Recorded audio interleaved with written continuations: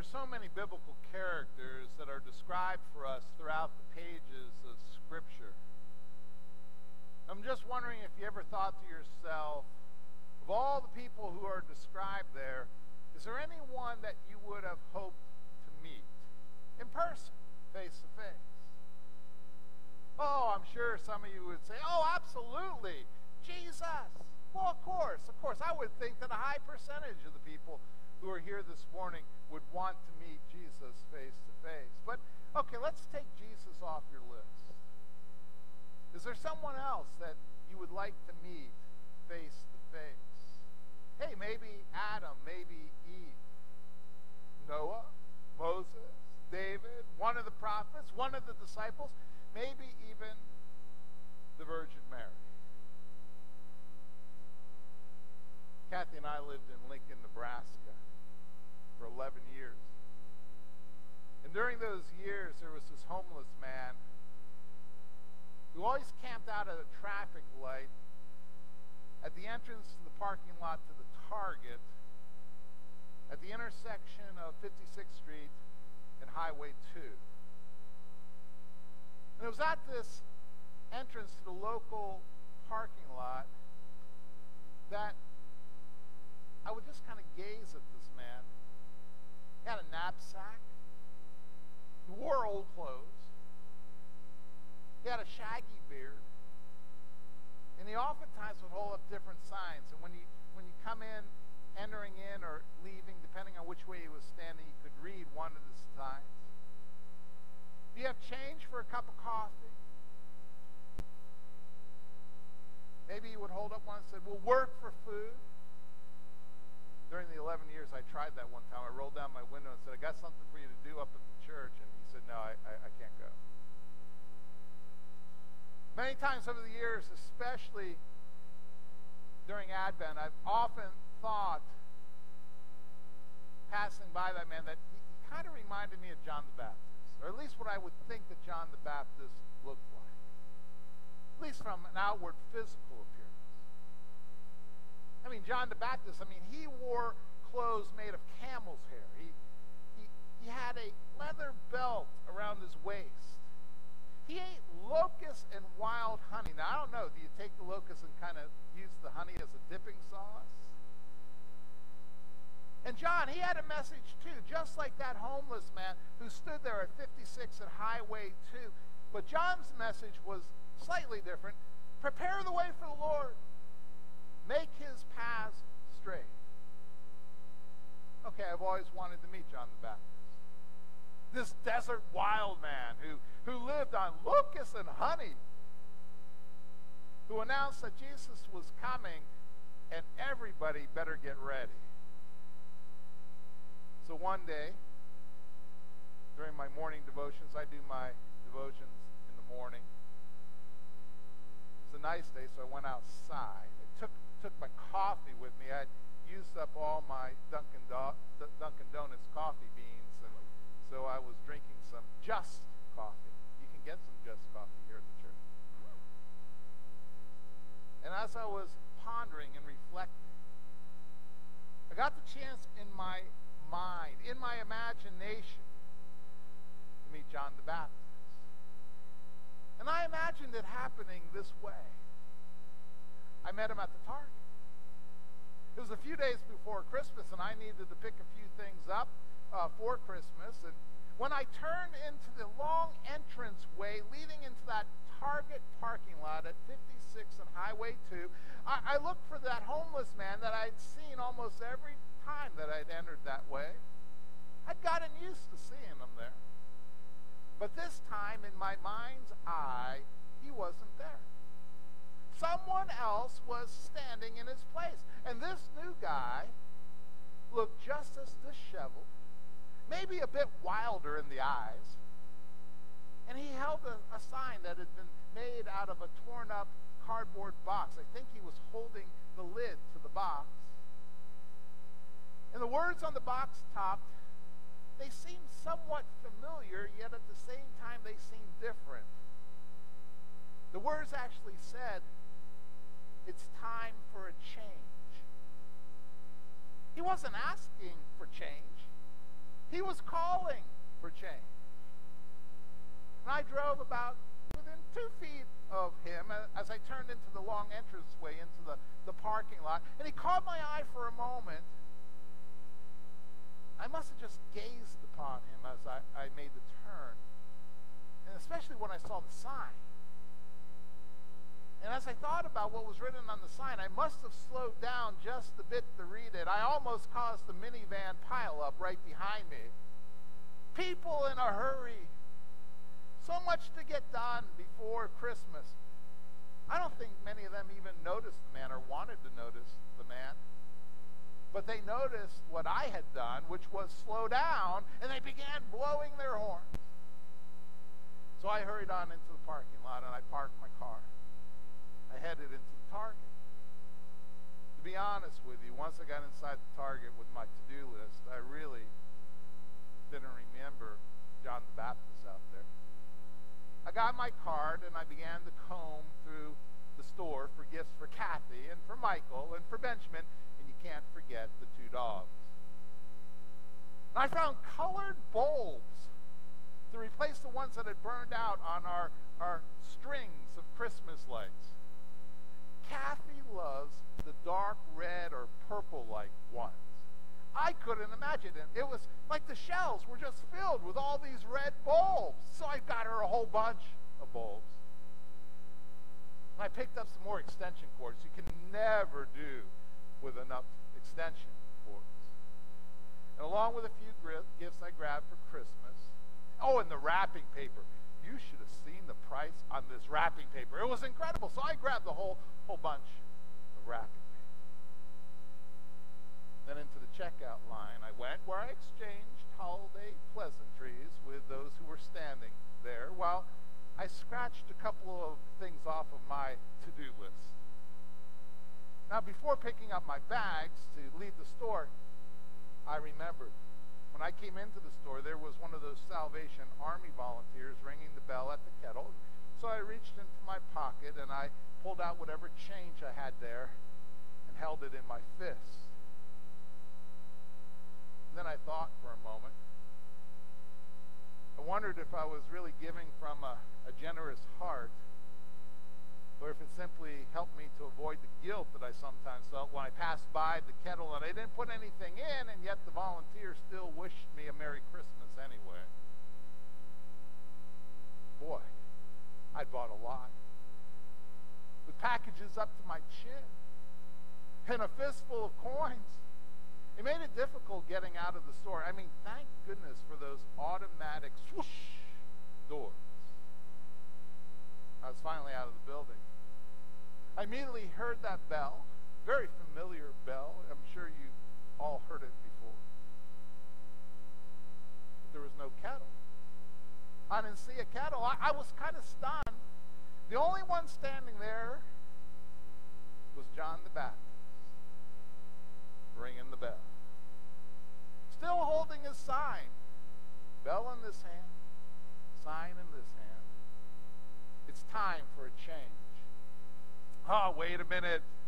I mean, he didn't even look like an official Salvation Army volunteer. But hey, who am I to judge? I looked at the sign, I said, hey, nice sign. Hey, if it's change you want, I've got some right here in my fist. I thought it was witty. Thought he'd be amused. He wasn't amused. Are you prepared? He asked me with intimidating intensity. Well, not yet. That's what all these packages are about. I've got a lot of decorating to do, and I have to wrap all the presents for Christmas Day, and I have a sermon to prepare for Christmas Eve. It's more than a little overwhelming. I'll tell you, I've been there before, and that's why I like to make myself a list. It's a list of things I simply must do to be prepared for the Christmas season. Let me help you, he said. And again, he held my gaze. I wondered, what in the world could he possibly do to lighten my burden at that particular moment? He said, well, let me help you carry your packages to your car, and then I'll buy you a cup of coffee. Coffee. Oh, I love coffee. Okay, this is a deal. Let's go to the car. We'll drop the packages off. I'll go in and have some coffee with John the Baptist. There's a Starbucks right inside. Wait a minute. You're the one who's standing outside in the cold with a sign. Hey, I thought I was supposed to buy you the coffee. He didn't say a word.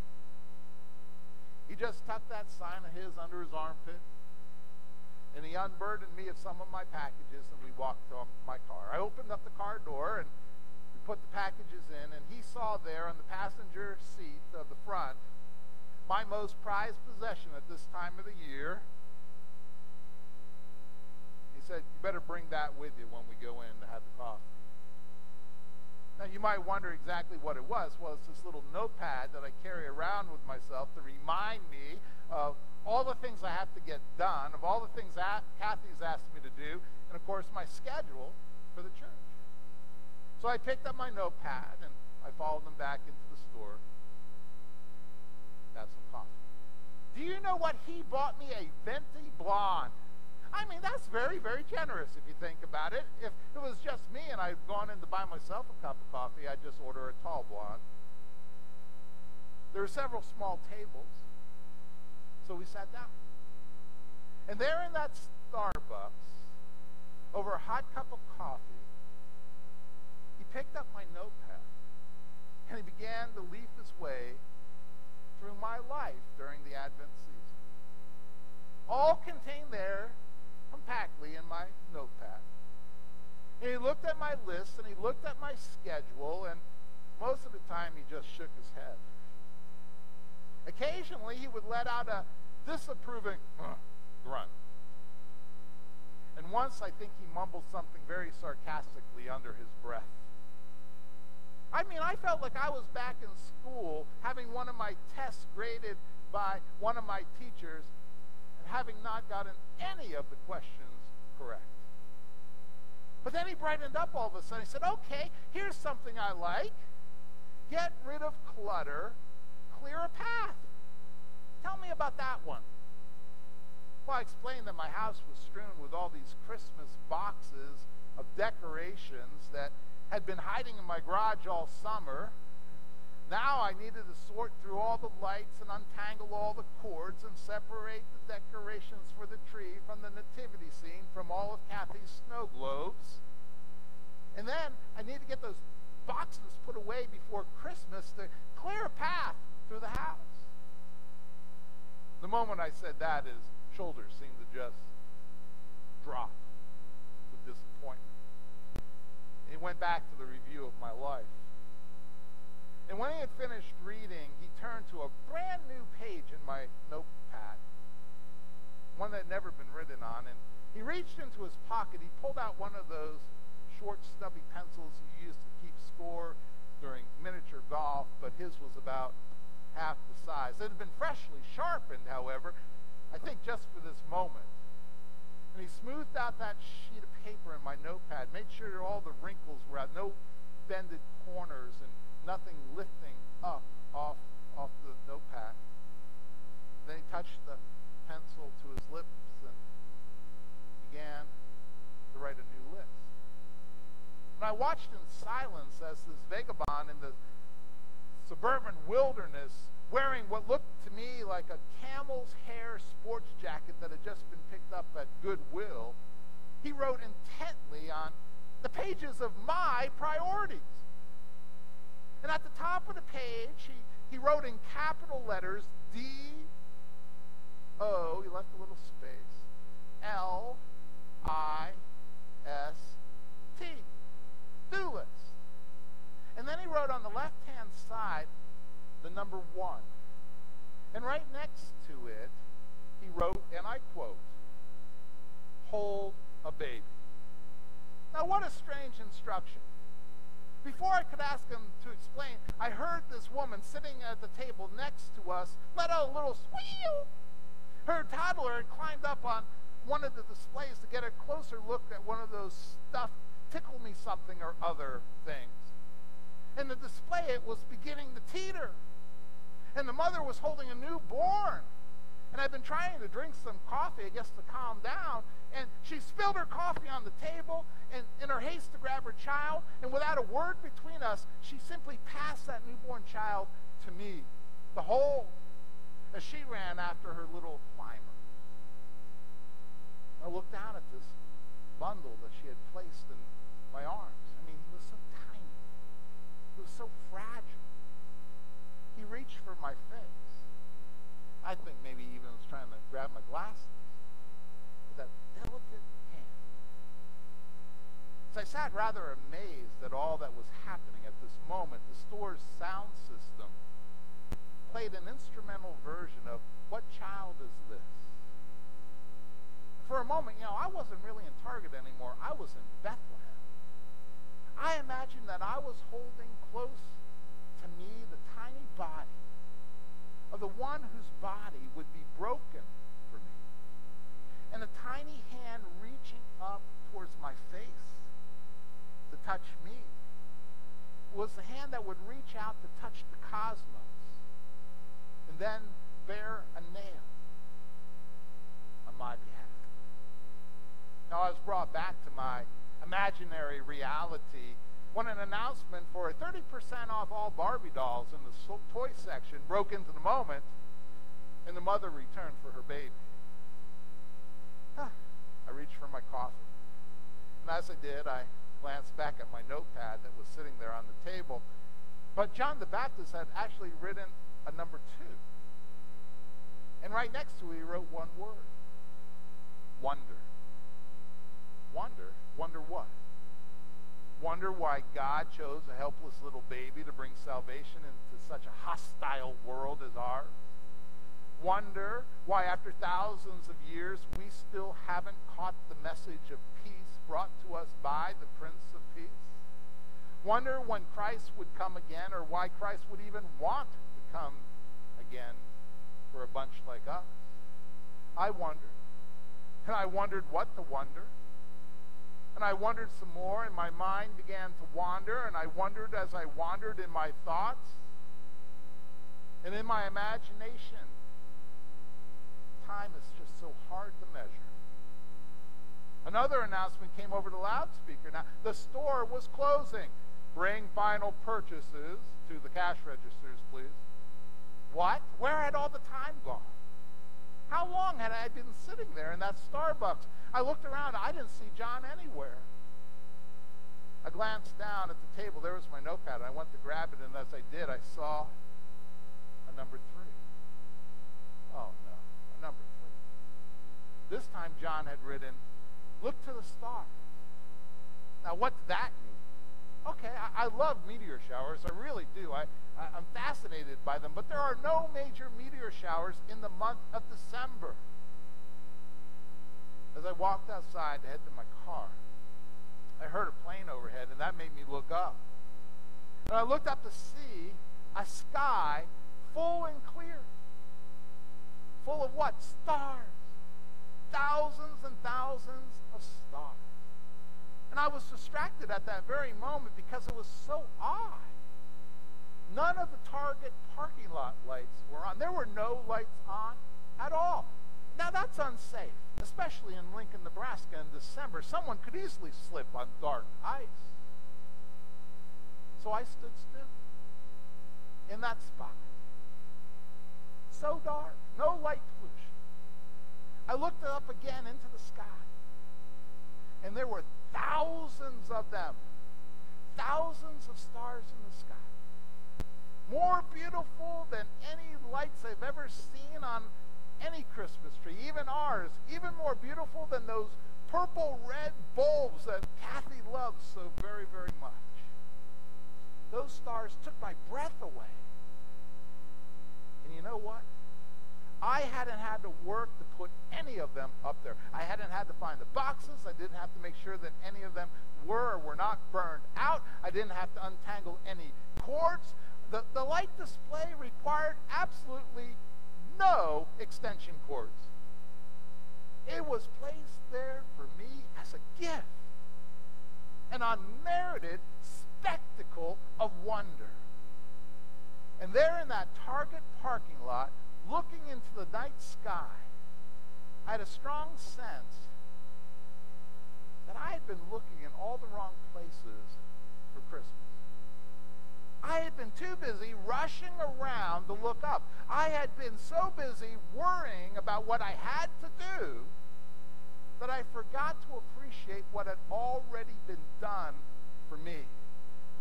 I had been so preoccupied with following the crowd that I had neglected to follow the star. And as I gazed into the sky, it seemed that one of those stars up there amongst the thousands began shining just a little bit brighter than all the rest. And remembering John the Baptist's admonition, I followed it. Perhaps it would lead me to Bethlehem. As I walked through that cold night, to my amazement, the light of that star seemed to fall upon my car. And in the starlight, I could just make out the cardboard sign that John the Baptist had tucked underneath my windshield wiper blade. It was John's sign, all right. It read, "It's time for a change." No matter how your Advent season is going so far, it's never too late for a change. It's not too late to hold a child. It's not too late to wonder. It's not too late to look up to follow a star. It's not too late for a change. And take it from me, I know it for a fact. I learned it the day and the night I met John the Baptist.